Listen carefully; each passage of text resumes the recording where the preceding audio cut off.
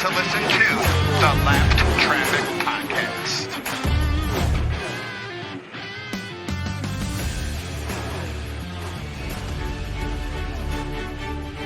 What is up, Lap Traffic Nation? Welcome to episode 265 of the Lap Traffic Podcast. I am your host, the Professor Brandon Crowd, and yes, it is awards night tonight, a very special edition, the 5th annual Lap Traffic Awards show tonight. I am so excited.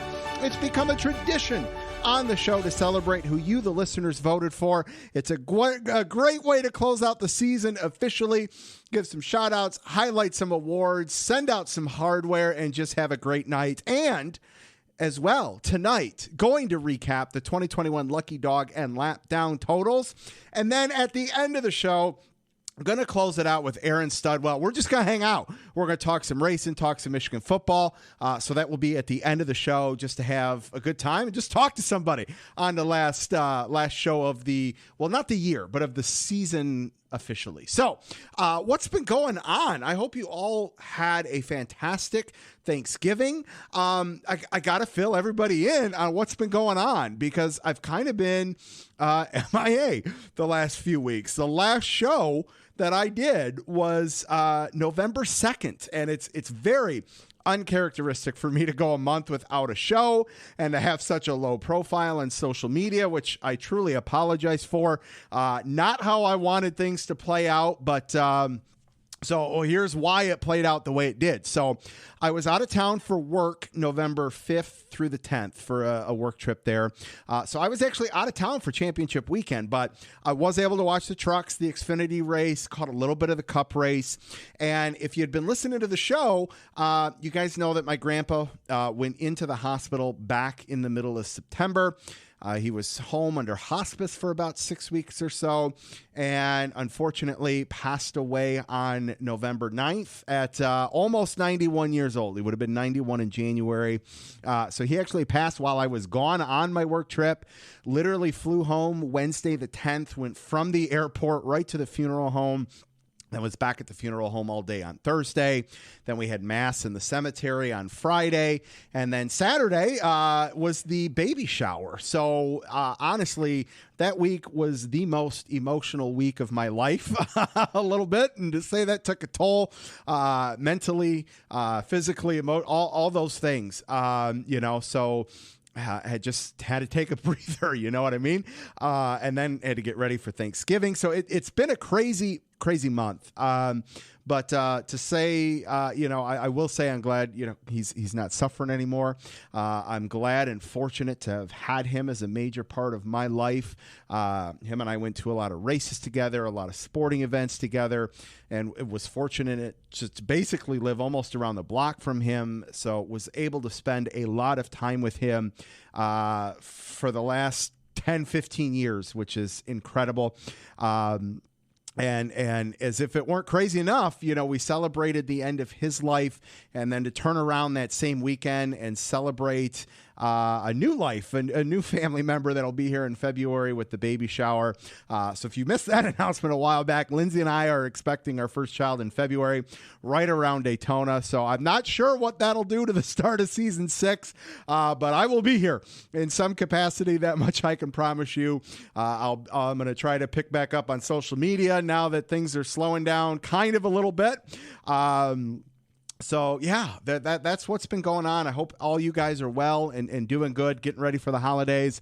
And before I get into everything tonight, I got to say how awesome the Michigan Wolverines whooping ass on Ohio State. Sorry, Matt Tiff. Sorry, Brad Yunker, this past weekend. But I'm so pumped. A few buddies, we called each other Saturday after the game. We're making the drive to Indy this weekend for the Big Ten championship game.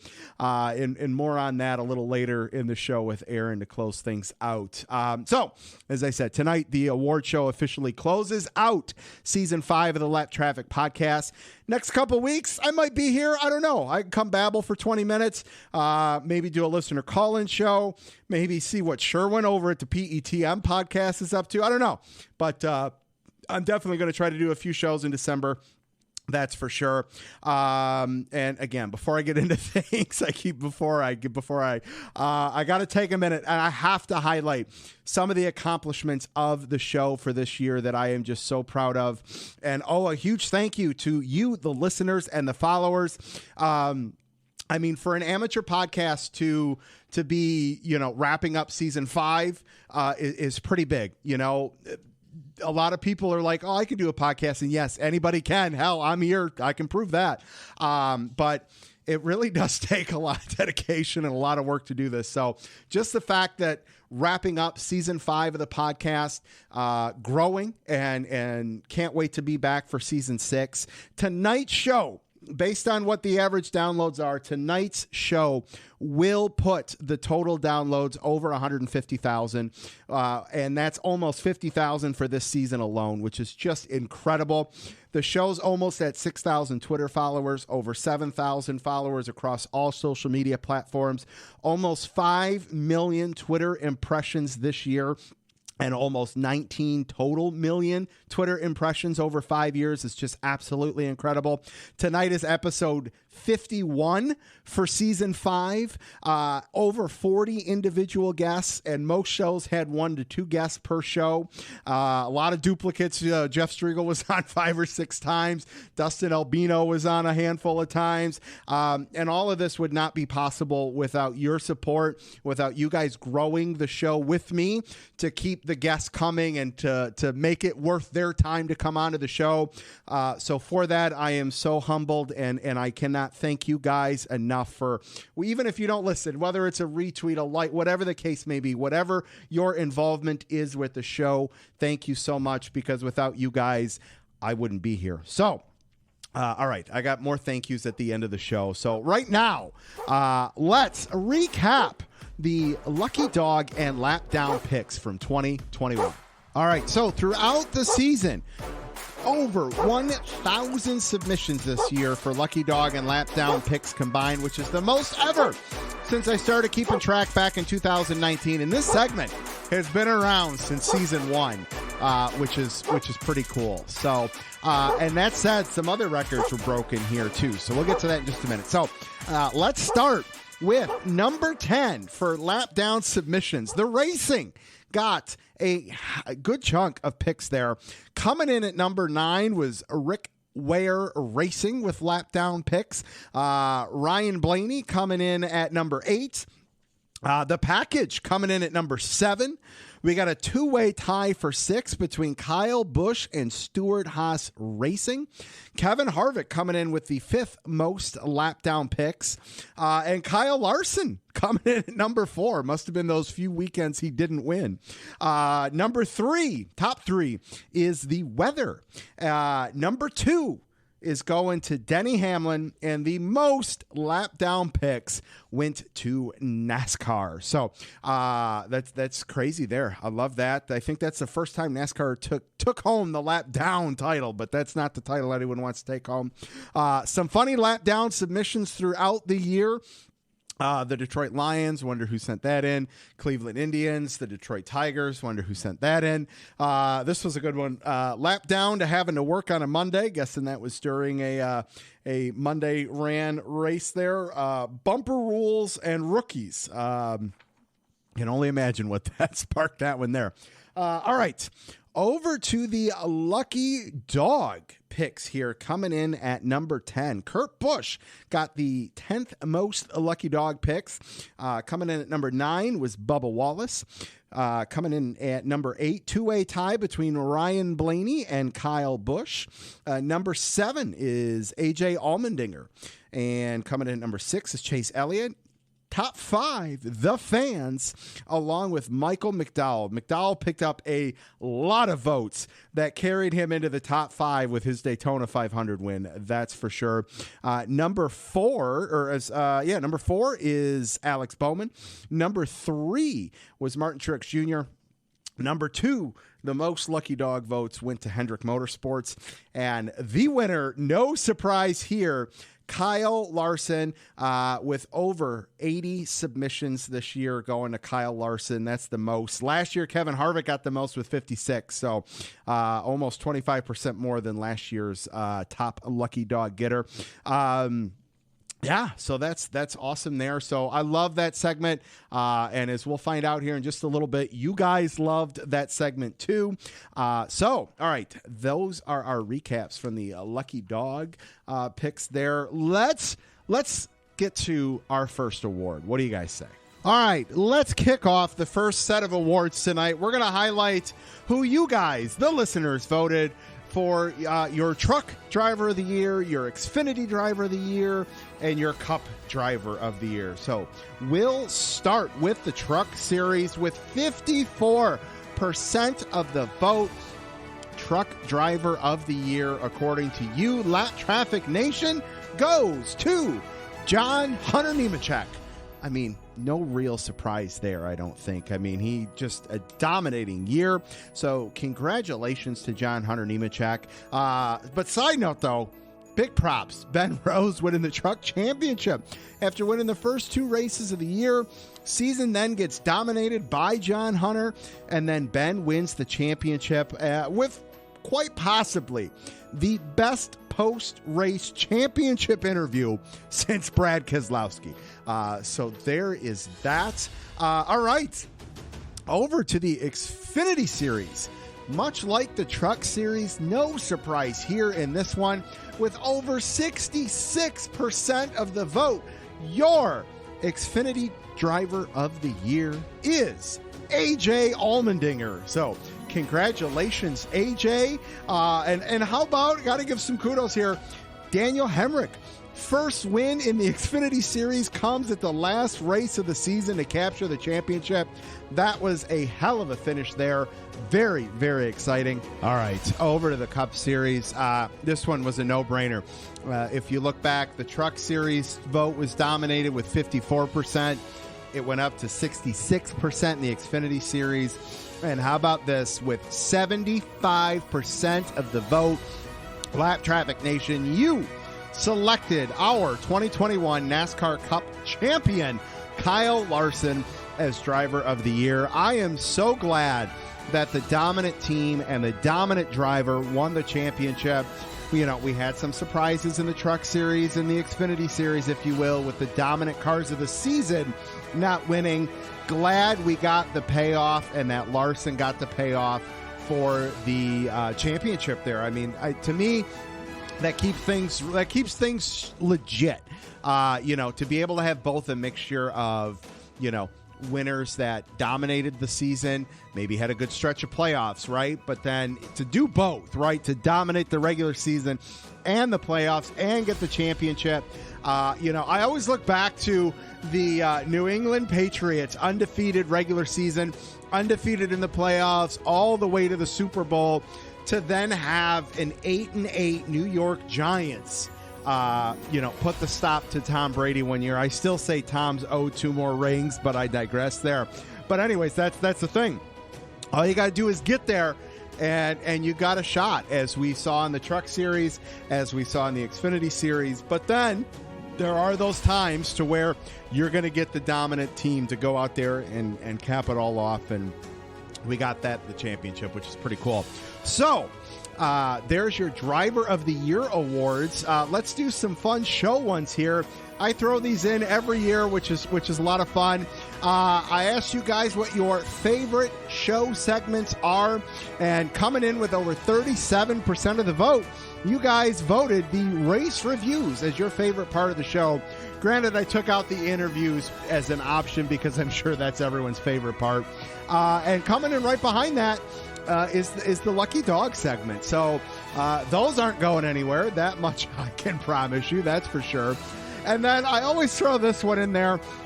What's everyone's favorite show length? Because season 4 got a little crazy, I would say, as There were a lot of 2-hour shows, which I get was too much. 47% of you said 45 to 60 minutes is good. 23% of you said 60 to 75 minutes. And then 23 said, give me all you got. I think I kept it in reason this season, which I really tried to do. Kept most shows under 90 minutes, which definitely seems to be the sweet spot. There were a few that went a little over, but 90 seems to be the good one. And then another fun one is how many bonus shows. 48% of you said once a month for a bonus show. Good portion of you said, give me all you got. This year was a lot different than years past. Had some unique bonus shows early in the year with Landon Castle, Parker Kligerman with the Eraser series. And then also Dustin Albino with Jayski.com did some bonus shows with them throughout the season, which added a nice touch. So, we'll try to keep it as fresh as possible. So another thing that was really cool is you guys gave some suggestions, got a lot of keep up the great work and those kind of things. Don't know. It's so good. I love it. Keep it up. Had a blast listening. Thank you for that, guys. I really appreciate it. Some suggestions for more giveaways. Got a lot of those. I've got a ton of stuff to give away. I can do giveaways till I'm blue in the face. So you guys want more? I'm happy to give more. Someone suggested to have a movers board for the fantasy, movers up and down and all that kind of stuff. I can look into doing something like that. Someone wants lots of focus on the next gen car. I can work on that. Someone wants longer interviews if people are willing to give more time. Hey, I'm appreciative of anybody that wants to come on, and I ask them up front how long they're willing to give. Sometimes it's crazy because sometimes I'll get reached out, like MIS will reach out to me and say, hey, the week or 2 weeks before MIS, I can get you 10 minutes with someone that NASCAR makes available to them. So that's literally like, they're calling me and they got another one scheduled 10 minutes before and 10 minutes after. So, that's got to keep that in mind. Some are, hey, we got 15 minutes. Some are, hey, how much time? People like Jeff Striegel, he'll give me an hour, and someone like Dustin Albino, guys like Matt Tiff, guys that I've actually been able to develop a relationship with over the last 5 years, are just so generous with their time. So I'm good to do whatever anyone's willing to do. That's for sure. So thank you guys for voting. Got a few more categories for sure. But right now, let's take a pause and do a little lap traffic social media. I haven't done that in a minute. All right, everybody, make sure you check out the website, thelaptrafficpodcast.com, Facebook, The Lap Traffic Podcast, YouTube, Lap Traffic Podcast, TikTok, Twitch, Instagram, and Twitter, all at Lap Traffic PC. Listen to the show on iTunes, Podbean, your favorite hosting site. You can even tell Alexa to play the Lap Traffic Podcast, and she will. And I mean, hey, you guys have made it this far into the show. You guys have made it this far into the season. Now go tell all of your friends to go follow, because still 300 or so followers away on Twitter from giving away a piece of Kevin Harvick's sheet metal and Chase Elliott's race win 124 diecast from Phoenix. Doing that at 6,000 followers. So go retweet, go tell your friends to come and follow. Was really hoping to do that before the season ended, but then, like I said, again, life happened and kind of had a little hiatus there on Twitter. So still going to do it at 6,000. Have picked up some new followers. Michael Padilla at Mike Lord 821 from Chicago. Tim Brooks at FM American from New York. Matt Cross at Matt Crow 317-14733. And K. Edward Bourne at Kyle_Bourne, a writer and teacher from Texas. Welcome to the show, everyone. Go tell your friends. And I still have a bunch of stickers and koozies to give away for free. If you want one, all you have to do is go to the website, thelaptrafficpodcast.com, fill out the contact page with your name and address. I'll send one out to you for free. And there's also the store. Anybody? Hey, it's Christmas time. It's the day after Cyber Monday. Unfortunately, I'm not big enough to do any type of codes and all that kind of stuff. But, go tell your loved ones to go get you some Lap Traffic swag. I've got T-shirts, hoodies that feel like you're getting a hug. They're that soft on the website there. So go check that out as well. So, all right. Let's get back to the awards. What do you say we do the 2021 Shock and Awe Moment of the Year with 34% of the vote? The Shock and Awe moment was that Kevin Harvick went winless. Yes, I would agree. I still kept hope. I thought maybe we were going to get it at Bristol. Not so much. That's all right. First winless season for Kevin Harvick since 2009, I believe, because he picked up 3 wins in 2010 and has picked up at least 1 win every year since then, with the exception of this past year. So hopefully, at least for me and my fellow Harvick fans, we see Kevin Harvick back in victory lane a few times next year. And speaking of Bristol, race of the year with 44% of the vote. We had the Daytona 500, the Darlington race, the Pocono Double, Daytona Road Course, Bristol Night Race, Roval, Phoenix. The winner of the race of the year is going to the Bristol Night Race. This is one of my favorite categories on the award show. And what I love is that for the last 5 years, there have been 5 different winners. We've had Martinsville, Chicago, the Roval, Daytona, and now the Bristol Night Race, which is really, really cool. So congratulations to Bristol. And then let's keep things going. Weather Personality of the Year. This one was close, obviously, because there were just 2 options to choose from there. But with 58% of the vote, your winner for the Weather Personality of the Year is going to Mr. Aaron Studwell, who does not know that yet, and he will be surprised here in just a few minutes when he calls into the show. So congrats to Aaron for picking up Race Weather Personality of the Year. All right. Can we get a drum roll, please, for the last award of the evening? All right. It has closed out the award show the last few years. The guest/interview of the year for 2021 with over 35% of the vote. No surprise. It is going to Matt Collig and Chris Rice. Yes. Oh, that's so awesome. I love that. Collig Racing cleaning up with guest of the year and Xfinity driver of the year. And just like the race of the year, this category, too, has had 5 different winners. NASCAR Chasm, the Orange Cone, Jeff Striegel, CJ Wolliver, and now Chris Rice and Matt Collig. That is so cool. Can't wait to get you guys your hardware for sure.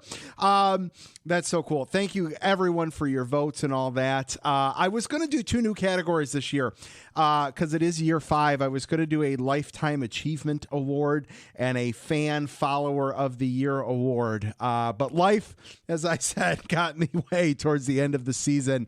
And I would not have been able to promote that the way I would have liked to have done it. And I try not to half-ass shit. So I will look to debut those 2 new awards next year. So the Lifetime Achievement Award and the Fan Follower of the Year Award will hopefully make their debuts next year. All right. So here's what we're going to do now. Like I said, that's the awards for tonight.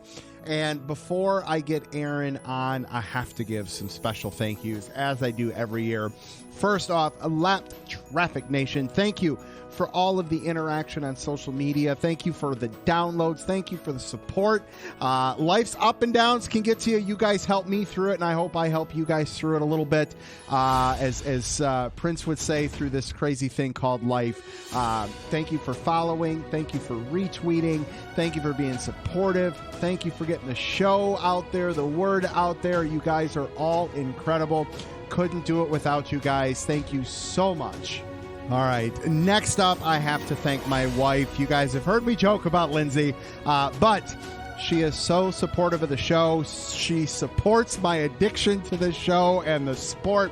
She knows what it means to me and to you guys, and she is behind me and the Lap Traffic Podcast 100%. I cannot wait to see Lindsay as a mom next year when baby Alden comes. 7 months pregnant. The countdown, the home stretch is on. We're in segment 3 for sure. I am so proud of her. Cannot wait to see what a badass mom she's going to be. Love her to death. So huge thanks to Lindsay. Huge thanks to Michigan International Speedway. You guys are the best. I've said it for the last now 5 years. Wouldn't be here without you guys. That is for sure. Huge shout out to jski.com, Scott Page, Dustin Albino for their support this year, being a part of the bonus shows, and being willing to get behind an amateur podcast and supporting the Lap Traffic Podcast. To see the Lap Traffic Podcast on the homepage of jski.com, I literally get goosebumps every time I see it. So that I mean, that may be one of the coolest and proudest accomplishments of the show is to be a small part of jski.com, which is just awesome. And huge shout out to my boys over at the PETM podcast, Sherwin, and Rusty. Love you guys. You're incredible. And cannot wait for you guys to get back into the saddle next year for sure. And last but not least, I have to thank all of the guests that were a part of the show this year. CJ Wolliver, Daytona Track President Chip Weil, Landon Castle, Michael McDowell, Jeff Striegel for multiple appearances, Dustin Albino for multiple appearances, Parker Kligerman multiple appearances, Corey LaJoy, Quinn Hoff, David Shieldhouse, Kim Kuhn, Valvoline Racing, Pat DeCola from NASCAR.com, Tyler Riddick, the PETM Podcast, Kevin Nevelin from NASCAR, Grant Enfinger, the Orange Cone, NASCAR Chasm, Freddie the Pizza Man, NASCAR Sammy, Brett Moffitt, Mike Bagley, Matt Tift, Spencer Boyd, Michael Carey, Josh Berry, Woody Kane, Carson Hocevar, Nashville Super Speedway, Chris Hacker, Pocono Raceway, Michael Causey Jr., Rick Brenner, Jim Wise from Firekeepers, Anthony Alfredo, Austin Hill, and special thanks to Chris Rice and Matt Collig, our guests and interviews of the year. Guys, thank you so much. That is going to do it for this portion of the awards show.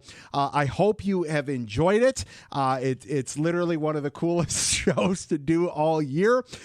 So there's that. But the show is not done, because now I'm going to get Aaron Studwell on, and we are just going to shoot the shit for however long we want to do it. So if you're not down for that, feel free, tune out. But if not, let's stick around and let's get Aaron Studwell on the line. All right, Lap Traffic Nation, the show's done. We're just going to have some fun here.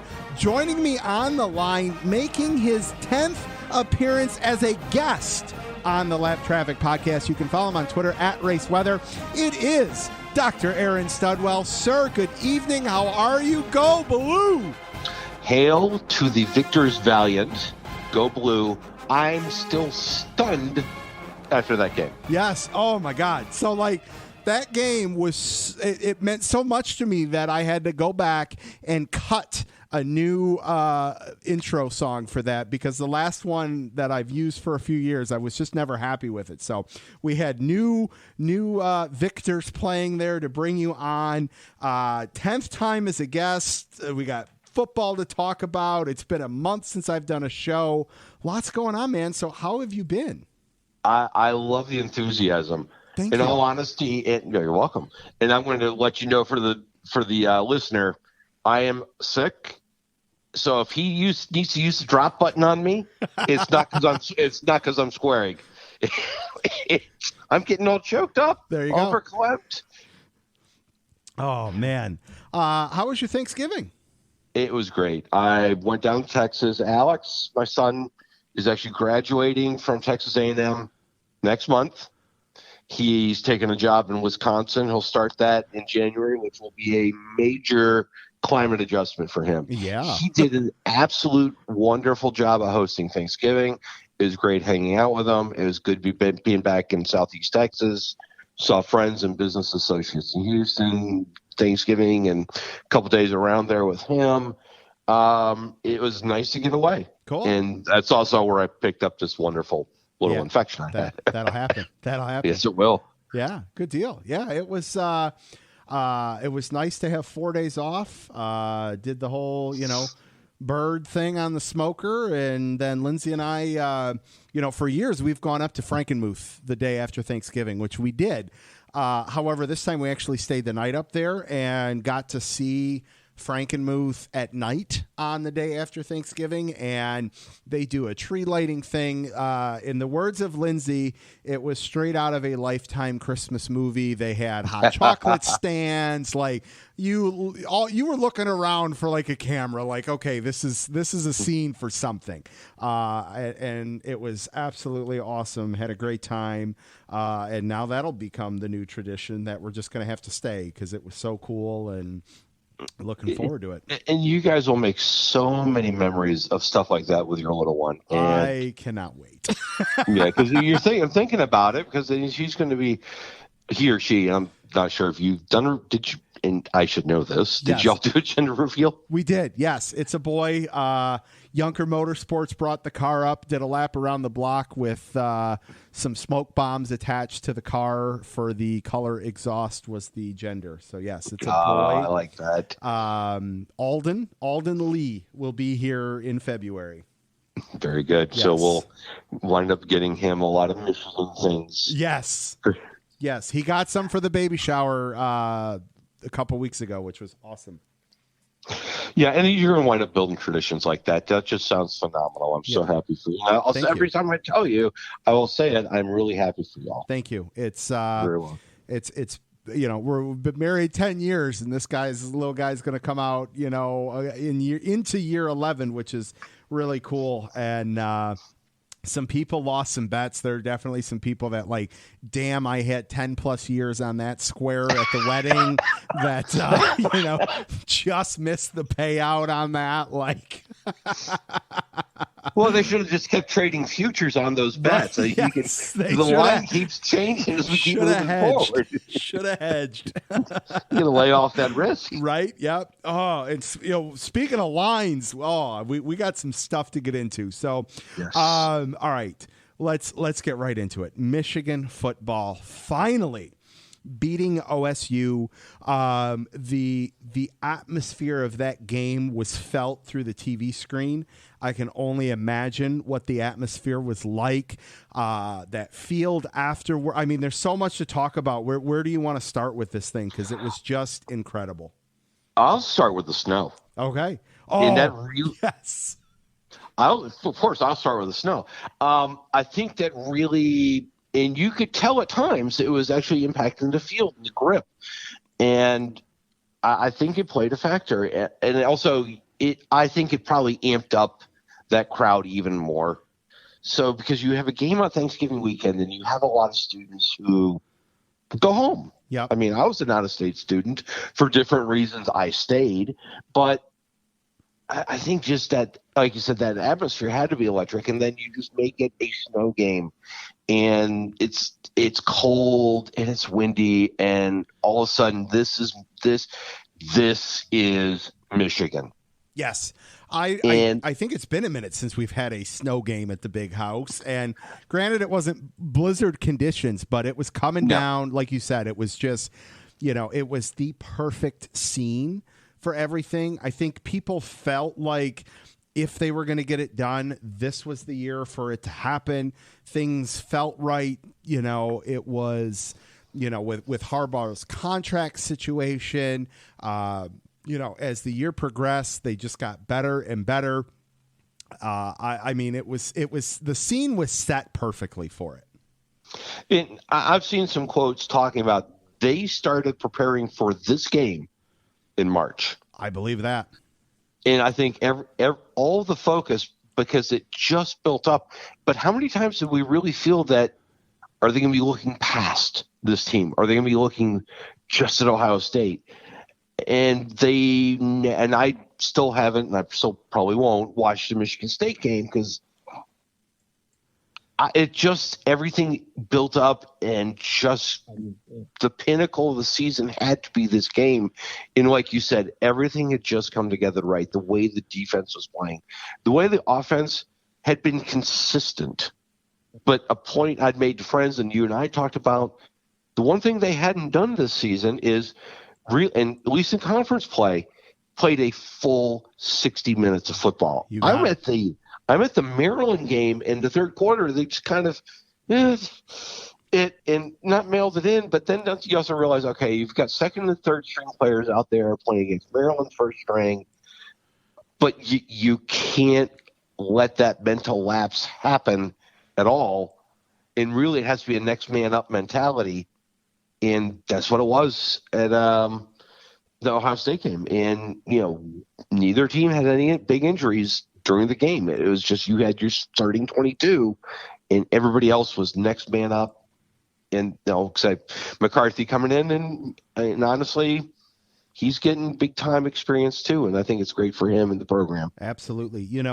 So here's a couple things for me that I want your opinion on things that I was impressed by, things you give me your take on if it's something we need to be concerned about. So it's interesting that we are able to go and play Ohio State, lose the turnover battle and time of possession, but still look like we dominated that game, which we did, in my opinion. In the grand scheme of things, you look at the box score, Michigan dominated that game. During the 60 minutes of watching it, you felt like they were there, but you also still had that thing of at any second Ohio State could turn tide and flip this thing. We're starting to sound like Neudorf and Purdue fans with this one, Dal. But it's true. After 18 years with one win and two,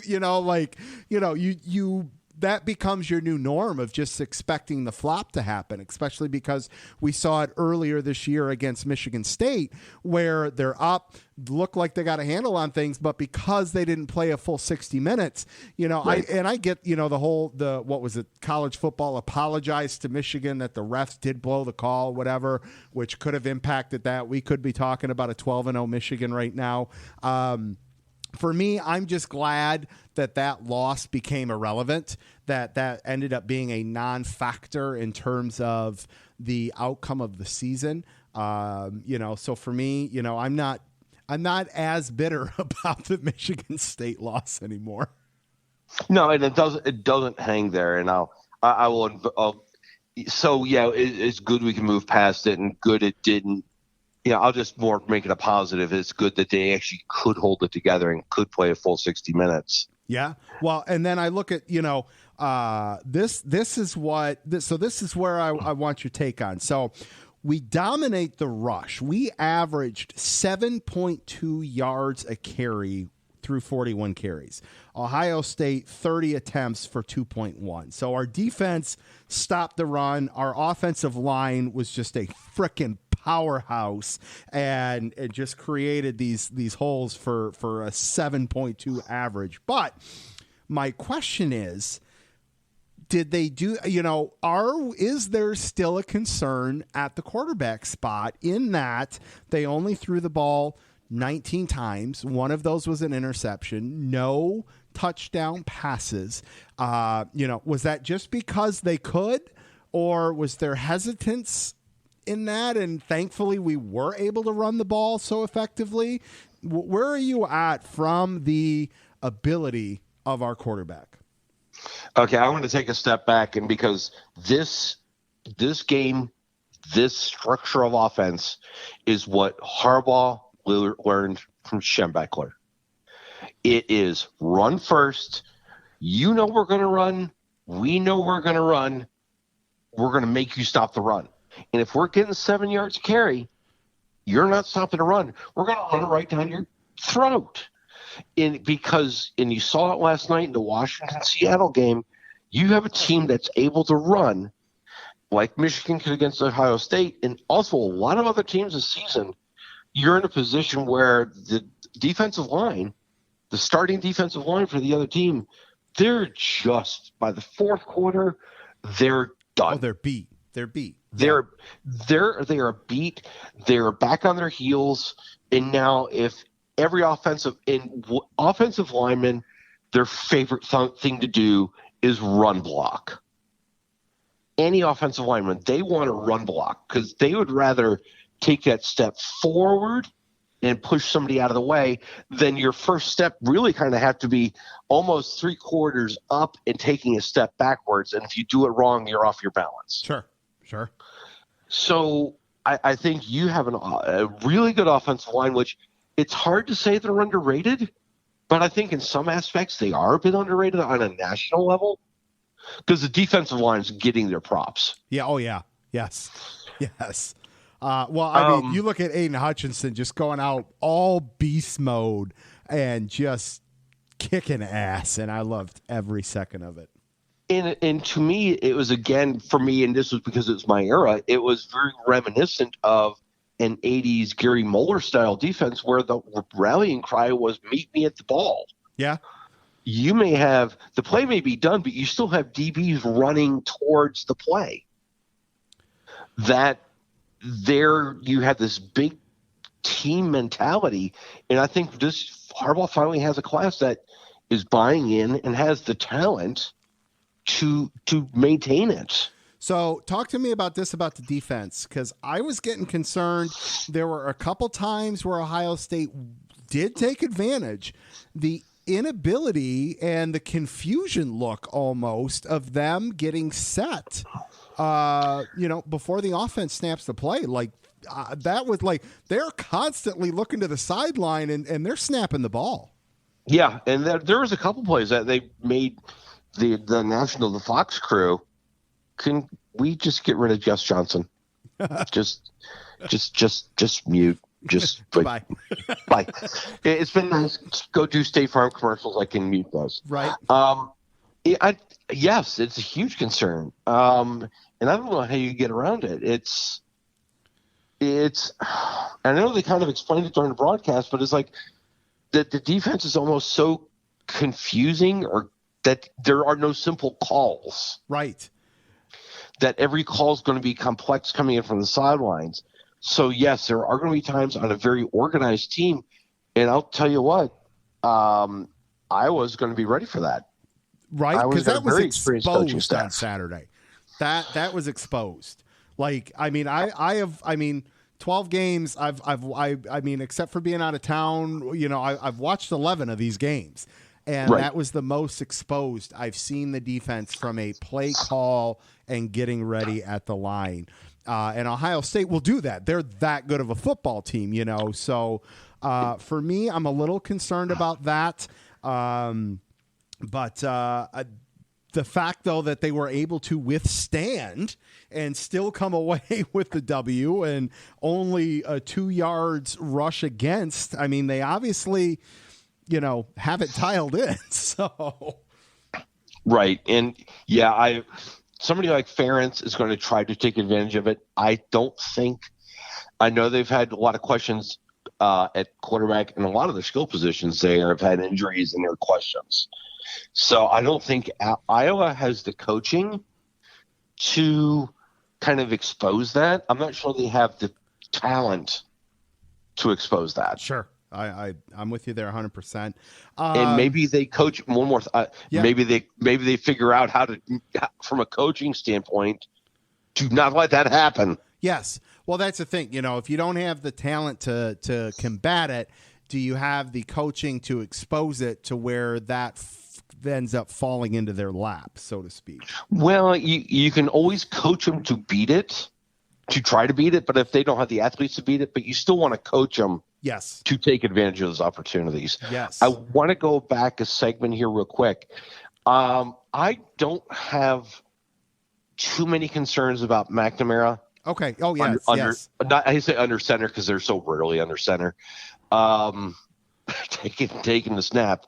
I think I've seen this. We've been around football for decades, so you always see the term thrown around, game manager. It's not a negative. It shouldn't be looked at as a negative, because if you get a quarterback and go in there, read the defense, know the plays to call, execute the plays, And then you don't need to put them into a situation where they have to be the hero. If I need Cade McNamara to go in and be the hero because we're down by 10 with 6 minutes left, I'm not getting a warm fuzzy.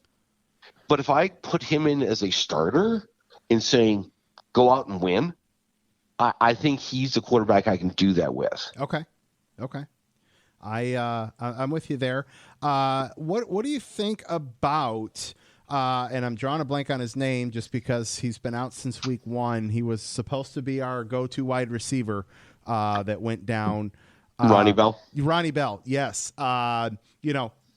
If we look into the future, we're getting to that point to where he could be ready to return from a number of weeks for the recovery from the injury that he had.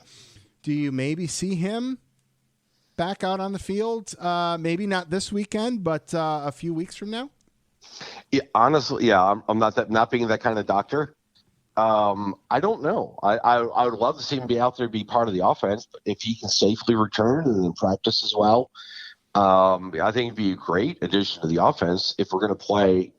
We're going to say if we win against Iowa, and we'll talk about that in a little bit. Yeah. I think he's going to be a great part of the offense, especially if you're going to have now 3 weeks. So say they win Saturday, they find out Sunday where they're going to go. They start practicing on the breakdown film. They'll probably give them Sunday off. They'll break down film on Monday and then start practicing. You're going to play. And, if things go chalk, you're probably going to play Cincinnati. Yeah. It's a good opportunity that way Bell has 3 weeks to get back on the field. And again, I don't know his current status, but yet you get him integrated into his system, and he's already worked with McNamara before. It's not like you have a new starting quarterback in there either. Yep. So they know each other, and this expectation we had of him for a great season, maybe we see it in the playoffs. Sure. I mean, that would be at least even if he's not used to full potential, but even like a decoy, like our rotating quarterback situation that we have every once in a while. Like, is he going to run? We know he can throw. So you can't just assume it's one or the other. And like I said, at least. Even if you threw him out there for 10 snaps, that keeps the defense on the heels a little bit to create a misdirection or something along those lines. Yeah, you could see him. Yeah, I may not want to use him in a reverse setting, but you could definitely use him as a decoy, or you put him in. Honestly, my comfort level might initially be is put him in a slot. Yeah, slot, little curl, something like that. Just throw them out there. All right, so we have to address the fact that we were both a little off on our picks preseason going into this season, and me more than you even, because I was very concerned about this year in terms of we had to go into Wisconsin, who preseason, early in the season, was ranked in the top 15. We were going to Penn State, who early in the season was ranked in the top 15, top 20. We were going to MSU, which even though they weren't ranked, they became ranked, top 10 even. And just knowing that that's always a scrappy backyard type of game, plus OSU. Like, we had 4 very difficult games that we were going on the road for 3 of them. We've seen, right? This is Excuse me. Oh, you're good. Year 7 of Harbaugh, and the 6 years have been very reminiscent, repetitive of each other. Like, me going into this season, I was not confident, and I'm happy to report that I was dead ass wrong. But I wonder though, did it take we're going to give you a restructure, but we're cutting your salary, we're cutting this, it's all going to be performance based, a restructure from a defensive coach perspective, an offensive coach perspective. Like, I think that's the shakeup that we needed for this year, and it looks to have paid off a little bit. Well, the one thing, and I don't know Jim all that well. We know who each other are, but I'm going to say that I don't think a contract structure was going to make him work any harder or any smarter. Okay, that's fair. What I do agree on was the necessity to come up with a new defensive coordinator. Yep. Don Brown out was not going to cut it. No, he wasn't. And I will say, when he came in, he's got a good track record. I didn't really know a lot about him. But he had to go. I think either there's something wrong on the defensive side of the ball then that he is just maybe an energy thing. Yeah. I think Harbaugh may have just, we're going to emphasize the run. This is, it's hard to say 2020 in my mind almost doesn't exist from a college football standpoint. Yeah. That's not to diminish. I don't even remember who national champ, Alabama. No, who's next? Clemson. Yeah. Thank you. Yeah, exactly. Yeah. But I mean, you've got, you've got McDonald, who, I mean, he has just done incredible things with this defense.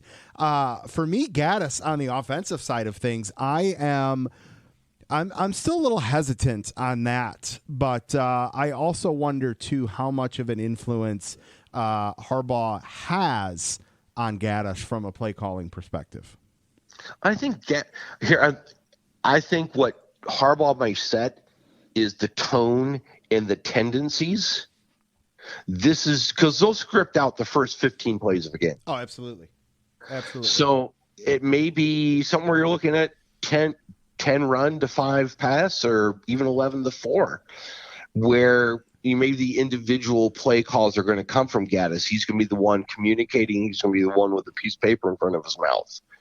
But really, the tone of how the offense is going to play is really, I think it has to come from Harbaugh. Oh yeah, I would have to think so. I mean, there's no way around it. Harbaugh comes off to me as a control freak, So to me, you got to think he's still got a little bug in the ear there with him as to the play calling a little bit. So well, yeah, and he may have, like I said, he's going to definitely set the tone. He's going to say, "Hey, this is how we want to do things. This is what our personalities." This is what our personality is going to be as a team. Yes. Is what we said earlier. We're going to run it down your throat. We're going to run. Try to stop us. Right. And if you stop us, we got other things we can do. And that's a good problem to have, is to be able to be cocky enough, because we've done it, to say, hey, here's, like you said, it's no secret. Here's the cards. We've got aces in the hole. We're running the ball. And what are you going to do about it? And it's forcing their defense to call the bluff. And the other side of it is, and it goes back to, we were talking about the passing game. When you throw a pass, there's only one good result out of 3 things that could happen. Right. Yeah. Yeah. It's either it could be incomplete. Yeah. So I'm stopping the clock and didn't go anywhere. Right. It could be intercepted. Okay, that's really bad. Yeah. I could have a completion. Right. So if you've got a quarterback, you feel is just safer saying, okay, we're going to have a short passing game. We're not going to put a lot of pressure on you, but you're still the team leader, and we're looking to you. And I think from the outside looking in, I really think McNamara is a leader on that team. Yes, he definitely has that poise. There's no doubt about that, and that's that confidence level you want in your quarterback. And we've seen brilliance from him throughout the year, to where he will frickin' drop a 30-yard pass on a dime and it's golden. But then we've also seen some dude, what the hell type moments out of him too. But it's definitely improved over the season. There's no doubt about that. I would have guessed a higher number than this. How many interceptions do you think he's thrown this season? 2. Well, that's good. I would have guessed he's thrown 3. Oh, 3. But okay. But it's you have that impression of him as he's going to throw it. Mm-hmm. Mm-hmm. He does he is a college quarterback. He shoot, even pro quarterbacks. Wilson did it last night. He telegraphed his throw. Yeah. You know when it's coming sometimes. You just walk in. I saw that at the Maryland game. It's like he walks it on the receiver. I'm like, yeah. Yep. Yeah. Yep. All right, let's transition to this coming weekend, Iowa. Have you looked at the opening lines on the game? Yes. Okay. It was, yeah, it was 10. It's up to 10.5. Is that right? Yes. So 10.5. But here is where I am just flabbergasted to where it just looks so much like easy money. The over under on the game is 43.5. Yep. And I'm like, we just put up 42 on Ohio State. I'm leaning towards this is going to be a home field advantage game for Michigan. I mean, I get that Iowa maybe, they got a week to review film to see where they can expose Michigan, but and I'm not saying Ohio State or Iowa's not going to score. I just don't see how or where they're coming up with 43.5. Because to me, that seems like easy money. Okay, I'm looking at the ESPN prediction right now on the team rankings. They actually have the total at 45. Okay. So, yeah, I would tend, exactly. And it's like Michigan's point per game, 37. Do we really think Iowa's going to keep them under 30? That's where I would be at. Right. So you're really saying is it going to be 30-14? I mean, or lower. Yeah, I don't see how. I am, and I'm even going to look at. I didn't look today, but yesterday they didn't have the half spreads out yet. So I would imagine the first half is going to be somewhere around the 21-22. I am going to seriously be looking at an investment into the over-under for the first half in the game on this one because, one, I'm going to be there. So I want this thing to be awesome. I cannot wait. It's going to be a hell of a weekend. Leaving Saturday late morning to make the drive down to Indy, which is about 4.5 hours. Right. Me and a buddy are driving down, and another buddy's driving in from Chicago.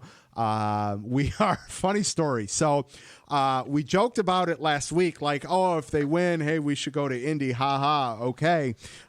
Then shit got real, and yeah. Oh, that's great. I picked up the phone. I'm like, dude, are we going to Indy? Yeah, let's do it. So I went on StubHub, and literally I'm talking to him on the phone, and I'm like, oh, we can get these seats. And then literally the prices were changing by the second, which fine, whatever. But then it became a matter, we got our tickets, and then it was like, all right, now we got to find a place to stay. And my one buddy was like, oh, I got the Marriott right across the street. Nope, no, I don't. And so we're just calling, and it's like, we'll call back. Maybe some Ohio State fans are going to release their room for the night. You know what? They're holding on to them. I believe just despite I believe the Michigan people. I read that the Ohio State people are holding on to them. So we found 2 miles from the stadium, 3 dudes are staying at a bed and breakfast with a bed, a couch, and an air mattress. But the cool thing was that it was a very reasonable price, $170 for the night versus the $450 some of the hotels were trying to get. So I'm like, well, that helped absorb the higher ticket price that we ended up getting it at. So, and then we're going to drive back Sunday morning because a couple buddies are throwing me a diaper party. And so that was Sunday, and I didn't want to have to cancel that. So thankfully I've got Monday off, and there you go. I am looking forward to this weekend and taking the over and the spread on Michigan. So I did flip through the other, I want to say, major conference championship games. Yes. Of the 5, it is the lowest total. Right? The next closest is the Baylor Oklahoma State at 46.5. And then we have Pitt Wake Forest. You want to take a guess at that one? 64. 72.5. Wow. Yeah. That's just going to be yeah. Uh-huh. Okay, I'm looking at that's the only night game, I think. Or when's the Don't tell me the Georgia, Alabama's opposite the. Really? Well, I'm looking at this. The Georgia, Alabama's at. Michigan's night. Okay. Michigan's night. Yeah, it's 8:00 game, I believe. Yeah. Okay. Yeah. Because I'm like, you're going to put that opposite Georgia, Alabama? Yeah. That's going to be an interesting one too. Yes. So, is it safe to assume that your pick is Michigan on Saturday? I'd say Michigan, yes. Cover, yes. Over, yes. I'm with you. I'm with all of those things for sure, sir. We can start to wrap this up. I would like to congratulate you on your Weather Personality of the Year award, sir. What? The rubber match was set. You and Newdorf each with a win apiece. This was the last year, and you took it home, sir. So congratulations. You got some hardware coming your way. Thank you so much, but Yes. I had no idea there was even a vote. I know. How did this escape me? So, well, part of it was Thank just you. because of a little lack of promotion on my end with all of that, just because of life getting in the way a little bit. But Understood. yes, no, it was still a good chunk of votes came in this year, which is awesome. But yeah, so to close it out, the rubber match there, sir, you taking it home, and the trophy this year is badass. So I'm excited sweet. to get that out to you. Yeah. And the obligatory speech. Thank you to all my supporters. And honestly, and we've texted a lot more this season. It seems like Brian, Brandon, and I are just really great friends, and I don't know where I'd be without them. So thank you. Brian, if you're listening, or if you listen, Brandon. He ain't listening. I know, but I still had to say it.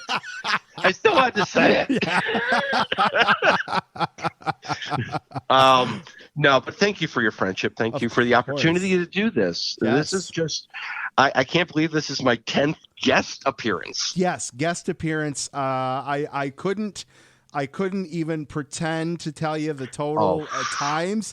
I mean, I know there was the 1 year you did it all yourself.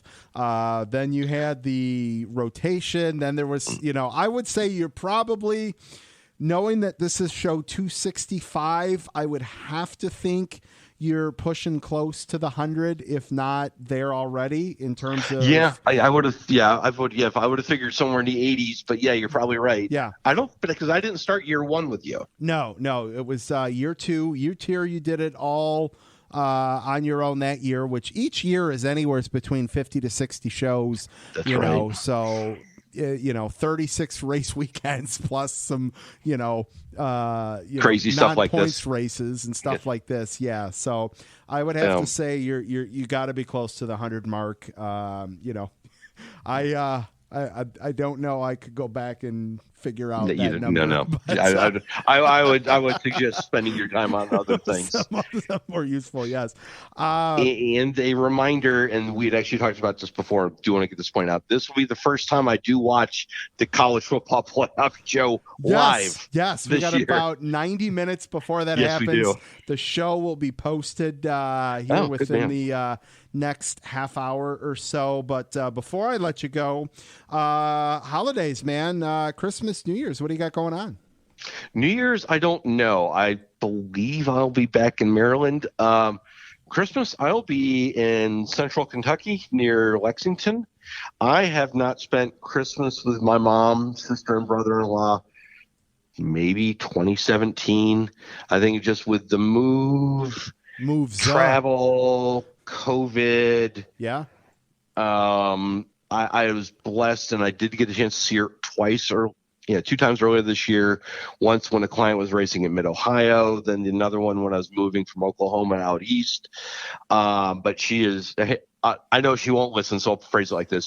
She has begged me to come back. Awesome. And then she's been pretty much like, "You're coming for Christmas, right?" I'm like, "Yeah, I told you I booked my flight." Well, I'm just making sure. Nice. Not backing out on your mom. Right. Promise. Good deal. That's awesome. We normally do, we've got Lindsay's got a group of college girlfriends that we get together with, spouses, kids, all that. We try to do it once a quarter. We rotate everybody's house. We get Christmas, obviously, based on the Griswold style decorating and stuff like that we do. We did That's another reason to have those cameras like you wanted up at Frankenmuth. Absolutely, yes. We went, there's like 5 kids, whatever, all under 10, and if shameless plug to Cameo. If you're not familiar with it, it's a place to go and, you can pay X amount of dollars for, celebrity private messages and stuff. Well, there are some Santa Clauses on there. So it was like $40, and there's this Santa Claus that just did an amazing job, and he custom videoed for all the kids, their names, their activities, all that. So we're going to play that for the kids on the Friendsgiving thing that we do in a couple weeks, which is cool. And then Lindsay and I, we host Christmas for our family, which will be about 30 people or so. And we've got the week course off. You do, Clark. Oh, hell yeah. But it's fun. Like, we've got Lindsay and I each have the week of between Christmas and New Year's off, and she's going to be almost 8 months pregnant at that point in time. And I've got 12 trees to take down. Like, I told him, I'm like, you're going to be fairly useless at that point in time, which is totally fine. I'm like, but, and realistically speaking, he could make his appearance anytime in January. Like, I don't want to have a newborn in the house and still having to worry about taking down Christmas decorations. So then you have to adopt the Chris Knight, Aaron Studwell model. What's that? Just leave it up. Oh yeah, no, can't do that. I need to have my house back in order. So the week of Christmas and New Year's, I'm gonna be taking down Christmas and getting that all put back. So it's not going to be that relaxing, but at least it'll be done going into the new year and all that. And we hang out here on New Year's. We as busy as we are and as much stuff as we do, like the first year Lindsay and I dated, we did like the big New Year's thing, and ever since then it's been low key. Maybe a couple neighbors will come over or something like that, but and that's fine. I'm all good with keeping that low key, so I'm all about it. Well, yeah, okay. So you can keep the celebration low key, but the decorations are high key. Yes, they are. Yes, they are. And we embrace that. Full-fledged. I loved you as a brother before that, knowing that. I love you more as a brother now. Appreciate Absolutely you. Love it. Right back at appreciate you too. I love it. All righty, man. Well, listen, this was a lot of fun just to kind of hang out and not worry about what we had to talk about, and we knew we were going to be talking Michigan, which was awesome. We'll look forward to touching base with you here over the next week or so just to catch up. But from a on-air perspective, man, I hope you have a great Christmas, New Year's, all that good stuff. Hope you feel better too, by the way. Thank you. Me too. Yes. But yeah, happy holidays, Merry Christmas to you, to Lindsay, to all the listeners, all the support. And honestly, I think there's probably some overlap here. You and Brian ran a GoFundMe to help me with my rent, and it really helped. So, excellent. Thank you for everything you did and Brian did. And I know he's not listening, but in the listeners. Of course, man. Well, listen, cannot wait for 2022 NASCAR, 2022 Lap Traffic Season 6 next year. Can't wait. Thank you for all of the support. It's been a fun ride, and glad to have you a part of it. Lap Traffic Nation, make sure you follow Aaron on Twitter at RaceWeather, along with Brian Newdorf at NASCAR_WXMAN. Sir, great to talk to you. Had a blast. Look forward to talking to you soon and get some hardware out your way, man. Sounds good. I'll be texting you in about 90 minutes about the college football playoffs. Yes, sir. All right, man. We'll talk to you later. later. My friend. We'll see you later. Bye. Bye. All right, Lap Traffic Nation, that is going to do it for episode 265 of the Lap Traffic Podcast and tonight's award show. Make sure you check out the website, thelaptrafficpodcast.com. Like on Facebook, The Lap Traffic Podcast. Follow on Twitter at LapTrafficPC. Subscribe, download, review the show, iTunes, Podbean, all that good stuff. Thank you again, Lap Traffic Nation. I hope you all have a great holiday season, a happy New Year's. Stay tuned to social media for updates on the show, next year's Fantasy League. Enjoy some best of shows, all that good stuff. And I'll be around. I'll get some stuff out there. Don't get caught chasing the lucky dog. Make sure you tune in each and every week to the Lap Traffic Podcast. See ya!